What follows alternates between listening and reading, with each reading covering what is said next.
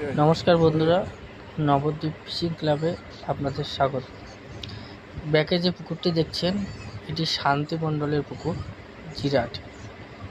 এই পুকুরটি অনেক দিন যাবৎ খুলেছে। টুকটাক পুকুরে মাছ খাচ্ছে, অল্প সিট হচ্ছে। পুকুরে অত্যাধিক জল ভরা আছে।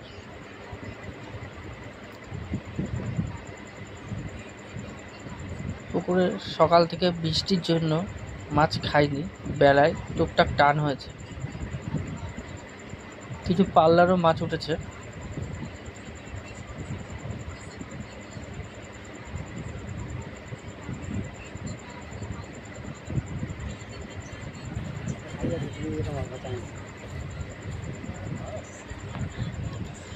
এই যে দেখতে পাচ্ছেন একটা শিকারি।